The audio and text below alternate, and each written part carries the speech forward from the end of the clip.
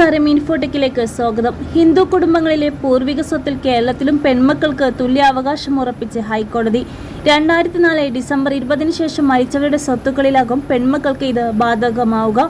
ഹിന്ദു കുടുംബങ്ങളിലെ പൂർവിക സ്വത്തിൽ പെൺമക്കൾക്കും തുല്യാവകാശമുണ്ടെന്നാണ് സിംഗിൾ ബെഞ്ചിന്റെ ഉത്തരവ്. കോഴിക്കോട് സ്വദേശിനിയുടെ ഹർജിയിലാണ് ഉത്തരവ്.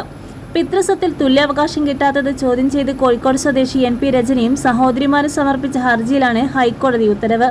2005 പാർലമെന്റ് പാസാക്കിയ ഹിന്ദു പിന്തുടർച്ചാ നിയമത്തിലെ വ്യവസ്ഥയാണ് ഇക്കാര്യത്തിൽ ബാധകമാവുക എന്ന് വ്യക്തമാക്കിയാണ് ജസ്റ്റിസ് S. ഈശ്വരൻ നിർണായക വിധി പുറപ്പെടുവിച്ചത്. ഇക്കാര്യത്തിൽ 1975 കേരള കൂട്ടുകുടുംബ വ്യവസ്ഥ നിർത്തലാക്കൽ നിയമത്തിലെ ബന്ധപ്പെട്ട വകുപ്പുകൾ കേന്ദ്ര നിയമം വന്നതോടെ അപ്രസക്തമായെന്നും കോടതി വിലയിരുത്തി.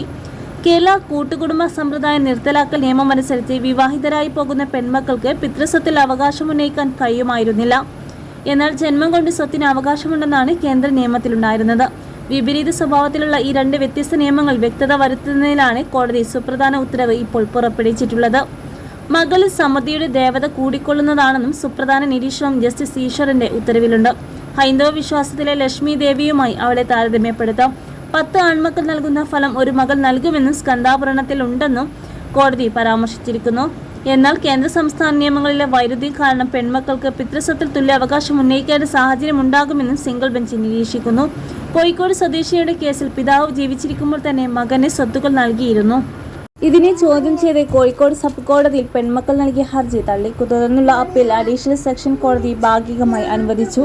ഇതിനിടെ പിതാവ് മരിച്ചു. തുടർന്നാണ് തുല്യാവകാശത്തിനായി ഹൈക്കോടതിയെ സമീപിച്ചത്.